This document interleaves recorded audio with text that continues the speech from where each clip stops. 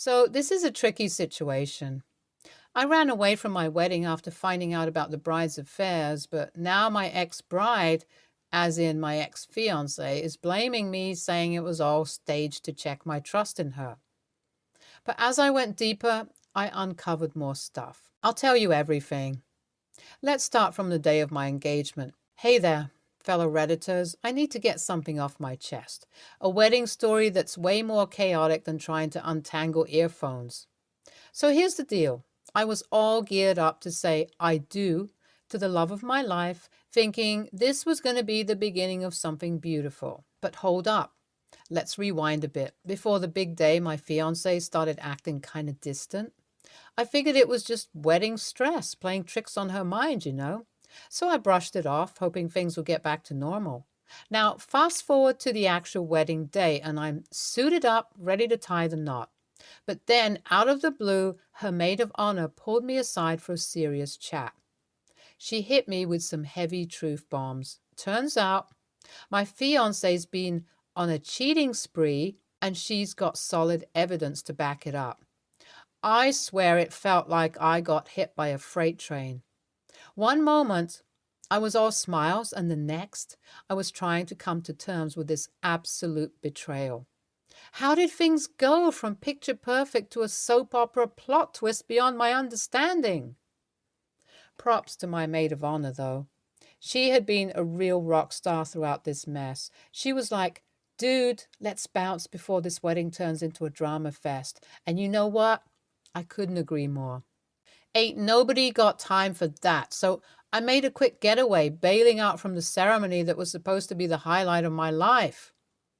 This was not how I imagined my big day unfolding, but life's got its surprises, and boy, did this catch me off guard. My family was furious, and I can't blame them. They were wondering where the heck I disappeared to. But here's the thing. I needed time to process all the chaos that had gone down, so instead of forcing the music right away, I found refuge at a friend's place. Can you blame me for wanting some space to wrap my head around it all? I was upset beyond belief and needed some serious downtime. A week later, I found the courage to explain the whole situation to my family. They were all ears, but man, it was tough pouring my heart out like that. I had to explain how I found out about my fiance's cheating shenanigans and why I had to bail like a magician doing a disappearing act. But even after the explanations, things were still complicated. My emotions were all over the place. I didn't even feel like heading back home or facing my now ex-fiancé. Can you blame me? To make matters worse, my family filled me in on the gossip that was spreading all around. Everyone seems to think that I stood her up at the altar, and that couldn't have been further from the truth. People love to talk, and rumors fly faster than the rocket. I knew I had to clear the air. I asked my family to spread the truth about what went down on my wedding day, but let me tell you, it wasn't an easy task. You see, the damage was already done. Everyone witnessed me not showing up at the altar, and gossip travels faster than a viral meme. Setting the record straight took time, and the waiting game was a test of my patience. Nearly 2 months passed before things started to settle down. The truth began to get into people's minds, and I felt some relief. But let me tell you, those were 2 long months filled with awkward glances and weird advice. Just when I thought things couldn't get any weirder, my ex-fiancé decided to swoop back into the picture. Yeah, you heard that right. She dared to reach out to me after all the mess she caused. Her explanation for the whole cheating spree? Well, she claimed it was all a grand test to check my trust in her. Say what now? I was so mad. Like, is this some twisted episode of a reality show? Who in their right mind puts someone they supposedly love through such emotional drama just to play a trust test? But what left me utterly shocked was when her own maid of honor, the one who'd helped me escape from that chaotic wedding, seemed to back up her ridiculous story. At first, I thought maybe they were both just playing some twisted mind game trying to mess with my head. But as time went on, I realized they were dead serious about this trust test nonsense. And you know what? I wasn't about to let this slide. I wasn't going to be gaslighted into believing this. This was not okay. I decided to stand my ground and seek some real answers. I wasn't going to be played like a puppet in their drama, so I confronted them both, not backing down until I got some straight answers. They just kept on saying the same thing. I don't know how to deal with this. They're making it seem like I am the jerk for leaving her like that and not showing up at our wedding, but that's not true. I trusted what I saw. How is it my fault? To me, she sounds crazy. Update 1. So I have some news. Just when I thought I was down and out, in comes Riley, my ex's friend, like a total angel. Riley couldn't stand my ex's snobbish attitude anymore, and she couldn't just watch this mess go down. So she decided to drop some serious truth bombs on me. And let me tell you, she spilled the tea like a pro. Riley shows me these group chat messages where my ex spills all the beans about her messed up scheme. Turns out she didn't want to marry me anymore. But she also didn't want to be the villain. So she hatches this crazy plan to make everyone feel sorry for her. Can you believe the nerve of that girl? I got to admit, my heart sank, but at the same time, I felt weirdly relieved. All my gut instincts were spot on, and I wasn't just going crazy. Riley's like my truth-telling superhero. I owe Riley a truckload of gratitude for showing me the reality behind my ex's lies. But even with all this newfound clarity, the pain of betrayal is still lingering. It's a whole other thing to know the truth, but coming to terms with being played like a puppet by someone you loved hurts. But whatever she did was too much. I was being blamed for something that was not even my fault. I asked Riley if she was comfortable with me sharing this info online. She said she has no issue. And now I'm all set in my mind. Update 2. All right, Reddit fam. Things just went from 0 to 100 real quick. So I hit up social media like a boss, and boy, did I spill the tea. I made a public post that laid it all out, the lies, the cheating test nonsense, everything. It was like setting off fireworks on the internet, and it caught everyone's attention. I didn't hold back. I shared screenshots of those group chat messages where my ex talked about her elaborate scheme. I wanted the world to see the truth, and I wasn't about to sugarcoat it. With Riley's support, we let everyone know what went down.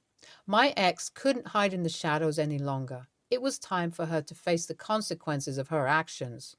Now, I'll admit, I was nervous as heck when I hit that post button. It felt like I was stepping into the unknown, and I had no idea how people would react. But you know what? The response was overwhelming.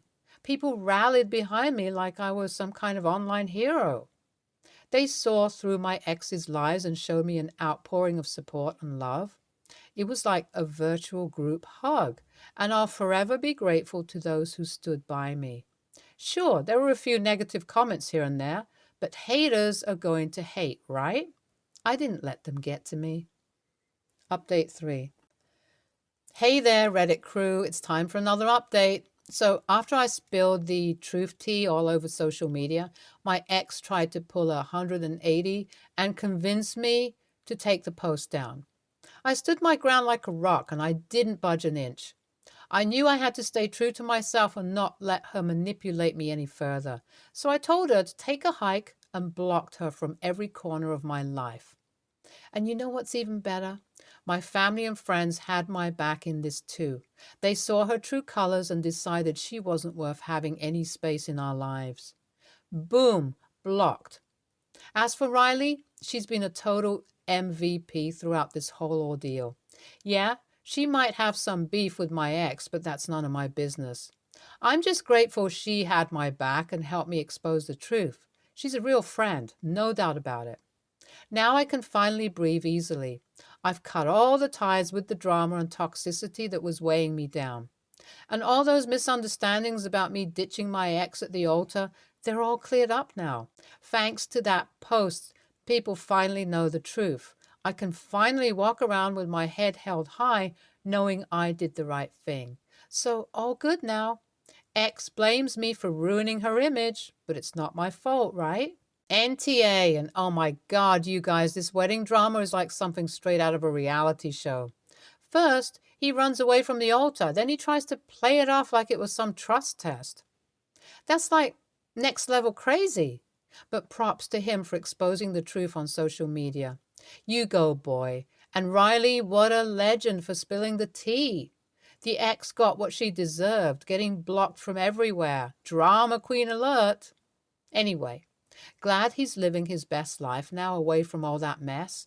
High five, Reddit fam, for being there for him. NTA, man, this wedding mess is wild for real. Homeboy bounced from the wedding because his girl was cheating? Bro, I feel for him. That's some tough stuff. But then she tries to play him like a fool, talking about some trust test. Ain't nobody got time for that drama. Props to him for exposing her on social media. No one needs a girl like that in their life. Next story. Time frame. Mid-2021, near the end of COVID lockdown. The housing market in my area was nuts. Every decent house sold above the asking price in 2 to 4 days. My girlfriend and I, 38 female, 38 male, had been together for about 3 years. For most of that, we lived in a 2-bedroom cottage that girlfriend rents from her parents. Girlfriend got laid off when COVID hit, so I took over all the expenses for both of us, including paying rent to her parents, while she worked on her mental and physical health. She has depression, anxiety, and constant pain from an old injury. During this time, we both agreed we should get a bigger house together. We were also fighting a lot. She'd often demand I leave, even at night when I needed to sleep for work the next day or when I needed to work in the basement office. I hated being unwelcome in the place I paid for that I considered home. I then find what I think is the right house. It's got a huge master bedroom with a walk-in closet, 4 smaller bedrooms, small but fine for an office or kids' room, a yard that could be fenced in, good bones, and nothing seriously wrong other than some crappy paint colors. I'm interested. Girlfriend claims to be interested. I requested a showing the next day. Next day comes and we have a fight in the morning. I several times asked to set the fight aside so we can go, but girlfriend keeps fighting and refuses to get in the car. Eventually I say flat out, I want you to come. I don't want to fight, but we need to leave now or we'll be late. So are you coming or not? She says she's not coming. I see the house alone. I take a 15-minute long video showing every possible detail. My position is, if it's not good for my girlfriend, it's not good for me. This should be our house. I was using 100% of my own money to buy it, but with the goal of a family home we'd live in together. I get home, girlfriend refuses to watch the video. It's not my house, and we won't get it anyway, so why bother? I convinced her to watch it and asked for any sort of thoughts from her. Her answer is, this is a direct quote, I don't want to answer because I don't want to get my hopes up. I took that as a yes and told her I was going to put in an offer. She said something like, do what you want. It's not my money. So I bought the house. The girlfriend didn't get to see the inside of the house until after the contracts were signed. At this point, she reveals that she hates the house, hated it when she saw the video, but never said so because she never thought I'd actually buy the house without her endorsement. In her eyes, then and ever since, I'm the a-hole for buying the house without a thumbs up from her. And my agent is unprofessional for letting me buy it without my partner seeing it. In my eyes, I gave her every opportunity to weigh in. If she'd said she didn't like it at any point before the contract was signed, I never would have bought it. So AITA for buying the house without my girlfriend's explicit approval? Edit. A bit more about my girlfriend. This woman is, most of the time, an amazing woman, a supportive and loving partner and a wonderful soul. However, she's been through hell of a lot and it's left her with scars, both mental and physical. Among those scars are depression and anxiety, which generally she has under control, but occasionally these scars have her under their control. When that happens, things like the day of the showing happen. The logic goes out the window. Whatever is wrong is my fault because I'm the a-hole and I don't give a frick about anyone but myself because I'm selfish and I don't care about her, etc. I can argue until I'm blue in the face, but she just doesn't hear it. That's not a common thing, though. It's just unfortunate she had an anxiety episode the day of the showing.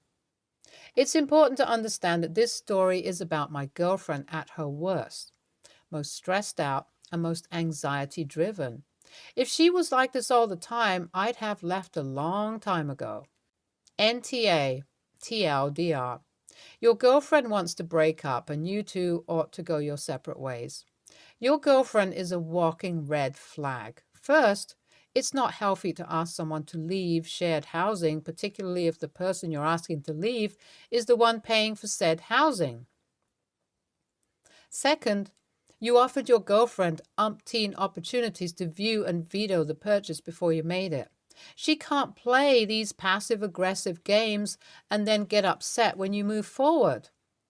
The one who's passive-aggressive is always the a-hole. Your girlfriend is not acting like a normal person in a partnership. Rather, she's acting like someone who wants to break up but who is too scared to actually pull the trigger. The conversation you need to be having with her is whether she still wants to be together. NTA, are you sure your girlfriend is 38 and not 8? Sulking and pouting and not communicating when given a million chances to speak up, then comes out after you buy the place and says she hates it? Also, you being kicked out of a place you pay for from someone you've been with for that long is absurd. She isn't working and you actually have to think about when you sleep based on work, and she tells you to leave? You're paying for everything, and she feels entitled to have an opinion, then won't tell you her opinion until it's too late, and then sulks some more. Next story. My daughter, female 6, and I, female 23, live in a small house near the mountains with my grandparents, female 67 and male 70. So you can pretty much hear everything that's going on since all of the rooms are right next to each other. Even though we don't have neighbors for miles, my grandparents get angry if there's too much noise. Mind you, my grandpa is a heavy sleeper and my grandma sleeps with earplugs, and they always have a loud fan going in the background. Yesterday I promised to let my daughter do whatever she wanted as long as it didn't include a mess or any trouble. Of course, as long as she got all her chores done, and she did. So she wanted to do some Disney sing-alongs before her bedtime, so I agreed. I let her sing along to Let It Go on the TV, and even though I told her to keep it down multiple times, she got really loud when the climax hit. Unfortunately, it somehow woke up my grandparents, and they were pretty mad. I apologized to my grandparents and said it wouldn't happen again and that we'd stop with the sing-alongs, but instead of forgiving and forgetting, my grandma shouted, "We let you live here with us, yet you can't respect us when we're trying to sleep? No wonder your mom kicked you out." She warned me that if I kept making noise, she was going to make me pack my bags and leave, and that I'd take my daughter with me. I've caused trouble in the past because I've lived here ever since I was 17, but I've calmed down a lot since then. I honestly think she was over-exaggerating this situation because I was just letting my daughter sing and she happened to get too loud. But she still yelled at us both and threatened to throw us out of her house late at night. I started crying, and so did my daughter. My daughter begged my grandma to not make us leave, and she continued on about how she was ready to pack our bags herself if we didn't stop crying to my daughter. My grandpa tried to calm her down and even tried telling her that it wasn't that big of a deal. That's when she finally went back to bed. I immediately turned off the TV and my daughter and I went to bed. She was still crying. I know I probably shouldn't have let her sing any karaoke while they were sleeping, but I don't think my grandma should have handled it the way she did. My daughter is still upset about it today, and my grandma refuses to apologize. AITA? YTA. Sleeping is sleeping. You showed no respect. 9:30, your daughter should be asleep. If Granny woke up even with earplugs, it wasn't lightly singing. YTA at 6, she should be having quiet time starting at 7:30 to 8. She should be sleeping by 8:30. 9:30 at night is much too late for a sing-along. That's a daytime activity. When others are sleeping, you should be quiet. Next story. I study zoology in university, and as part of our degree, we're supposed to get a certain amount of field experience. Also, most good zoo animals internships demand it. So when our ornithology professor mentioned a volunteer opportunity with pelicans through some local group, I thought that sounded cool, and I signed up and was one of 2 students chosen. It was supposed to be us two and the professional helping to band young pelicans for research, where you slip a little band around their ankle that's unobtrusive to the birds but useful for tracking purposes. So the 3 of us got out to the island for a long day of pelican banding. The professional showed us how to do it and how to deal with an uncooperative pelican. And then I gave it a try and did it right, but then the 3rd pelican I tried it on vomited all over me as I was doing it. I let it go and started gagging and felt really nauseated. My whole lap and shirt were covered in it, and the smell was horrendous. I just sat there retching and trying to wipe it off, but to not much avail. After a few minutes, the professional said, "Hey, come on, we've got a lot more to do. I've been puked on 2 already. Nothing to worry about." But I said, "No, I'm not going to get puked on 10 more times today while doing this. I can't handle that." He got annoyed and said, "Really? You're going to leave 3 people's work with just 2 people for the day? We said it would be messy work." I thought, well, not this messy. So I just sort of sat there for a few hours while they worked and tried to distract myself from my vomit-stained shirt with my phone until it was time to leave. The trip back was hell too. They both stunk so bad I couldn't take it. Needless to say, my professor is mad at me, but I'm not sure what I'm supposed to do. I would have gotten sick myself if I kept at it, so I feel like I did the best I can. YTA, you were there being stinky all day anyway, but instead of being useful, you messed around on your phone. The whole point of field work is to show you what doing the job in the real world would look like. Sounds like you've found out that you are studying the wrong field and need to adjust your sails. Yup, if you were going to work with animals, you get bit, scratched, puked, and shat on. That is how it works. You work with animals who want to kill or kick the shit out of you for doing ouchy or scary things to them that may be saving their lives. And you work on teams that require you to work together at the animal's pace and comfort level, not yours. My partner was kicked in the face by a dog and lost a tooth. She was bit by a cat, and the ensuing infection sent her to the ER. That is just how it is, and those are the domestic ones who are used to being handled. YTA, change your attitude or change your major. You decide. Stay tuned for more stories from Argo Relationships.